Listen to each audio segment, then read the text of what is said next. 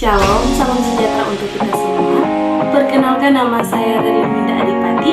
Saya dari kelas A5 Keperawatan, semester 1, program studi S1 Keperawatan, dengan NIM 2214-201147. Baiklah, di saat ini saya akan mempresentasikan materi yang berjudul Pergaulan Bebas Membuat Para Remaja Melakukan Seks di Luar Nikah, dengan nama dosen pengampu Dr. Pendeta Yesi Jakob, STH MTol. Manusia merupakan makhluk sosial, di mana manusia membutuhkan manusia lainnya untuk berinteraksi. Jadi tentu saja pergaulan menjadi hal yang dasar dalam kehidupan kita. Pergaulan membawa dampak yang positif dan negatif dalam hidup kita, tergantung cara kita menyikapinya dengan bijak. Pergaulan bebas adalah salah satu bentuk perilaku menyimpang, yang mana bebas yang dimaksud adalah melewati batas norma. Pandangan Kristen terhadap pergaulan bebas dan seks pranikah.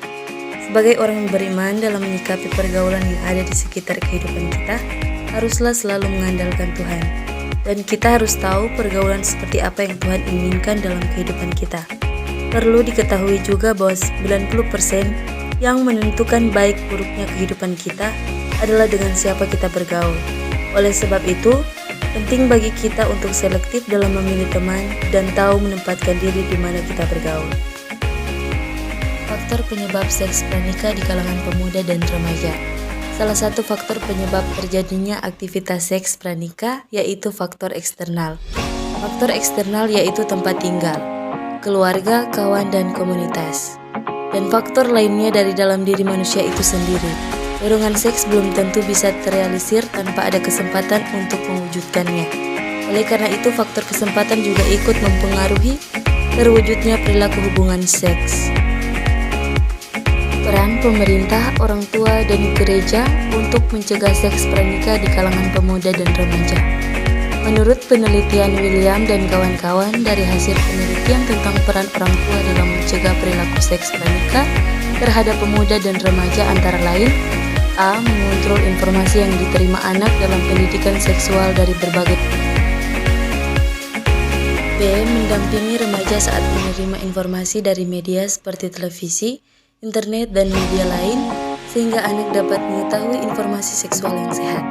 Tidak hanya orang tua, pemerintah juga ikut andil dalam upaya pencegahan seks pranikah di kalangan pemuda dan remaja. Upaya pemerintah antara lain menutup peredaran minuman keras dan obat-obatan, pembuatan pelatihan, sosialisasi kepada orang tua, membuka lapangan pekerjaan, dan masih banyak lagi. Kajian Alkitabiah. Berdasarkan pembahasan tersebut, maka penulis menyimpulkan beberapa pokok penting, yaitu: pertama, seks merupakan sesuatu hal yang wajar, normal, dan indah.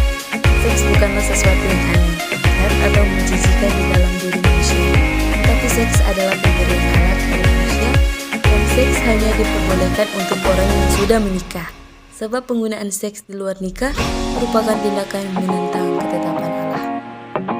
2. Pandangan Alkitab tentang seks. Menurut Perjanjian Lama, Kitab Kejadian pasal 1 ayat 26a, baiklah kita menjadikan manusia menurut gambar dan rupa kita. Menurut Perjanjian Baru, pernikahan di Kana, Yesus melakukan mujizat di sana.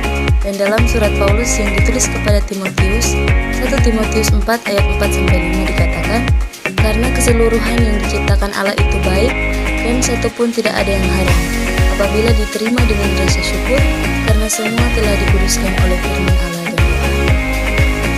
3. Maksud Tuhan menciptakan seks untuk suami istri dalam hubungan seksual serta persekutuannya dengan Allah, dan sebagai alat reproduksi, pemuda dan remaja akan terhindar dari penyakit kelamin hanya dengan ketaatan dan tunduk kepada firman Tuhan, yaitu tidak menggunakan seks secara bebas, baik sebelum dan sesudah nikah. Kesimpulan, pergaulan bebas yang dilakukan oleh remaja biasanya bagian dari eksistensi diri, pelampiasan emosi atau rasa kecewa yang dialami. Adapun macam pergaulan bebas seperti penyalahgunaan narkoba, seks bebas, mabuk, dan kenakalan remaja lainnya. Bingung mau kuliah di mana?